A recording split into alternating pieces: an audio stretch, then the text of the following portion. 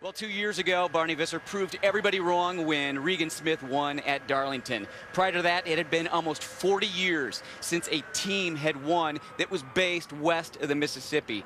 Well, this week we got to see just how passionate Barney Visser is with his team and Kurt Busch is with his driving, but also how passionate Kurt Busch is about our nation's military. Well, Adam, in the last 3 weeks, we spent time with Denny Hamlin, Brad Keselowski, and last week it was Juan Pablo Montoya. And this week, we went all access with Kurt Busch and also looked underneath the cover at Furniture Row Racing. We got to see this team talk through their debrief after Sonoma. We got to figure out how this team makes it work in Denver, Colorado, 1,500 miles from Charlotte, and also spent the day with Kurt Busch on Capitol Hill. We just didn't follow around Kurt Busch this week. Matt Yoakum was also in the gym with another driver. You were screaming fast here, but you got into the wall when you were catching some lap traffic there. Had a little bit of damage, and then I think it was a shock that failed late in the race on the car. Dave was telling me this year he built a little bit stronger car. Is that something you really need at Kentucky? You do, actually. You know, just with the way that the shocks are, the bump stops are, the roughness of this racetrack, you actually have to build a heavier car. Okay, looking big picture now, looking at that chase. You've got 2 wins. How bad do you want another win to get some bonus points?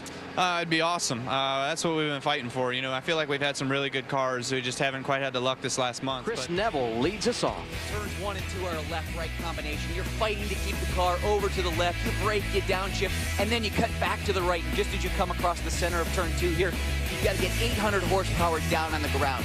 Now, you're not going to see a lot of passing here in normal green flag situations, but on starts and restarts, drivers are going to take every opportunity, and there's going to be contact. If you can't get it done here, your next chance is going to be right up over the hill. It's really been the strongest car all night. They're trying to be the first car driver to win in over 30 years. The 500 and also the July race. You guys have had a car that works on the top and the bottom. Are you worried about any of these cars behind you? Yeah, every single one of them, to be honest with you. Yeah, we got a quick little shootout here. What has been the talk about restarts this past week? We obviously it's a big focus of ours right now. We're trying to dissect and understand what's been going on. Adam, radio communication has always been a big deal in NASCAR since the 80s, but it was typically driver, crew chief, and spotter talking to each other. But with the tandem draft, drivers realized that they needed to start talking to each other. So at the Daytona 500, we saw drivers tuning their radios in so they could talk to other cars on the racetrack. This weekend, we've seen it go a step further with the dials in the cars. Some as basic as just other car numbers, some a little bit nicer, showing the branded number of the car, the numbers we see on the doors, and some going even a step further, Jeff Burton's team putting the headshot of other drivers next to those numbers on the dial.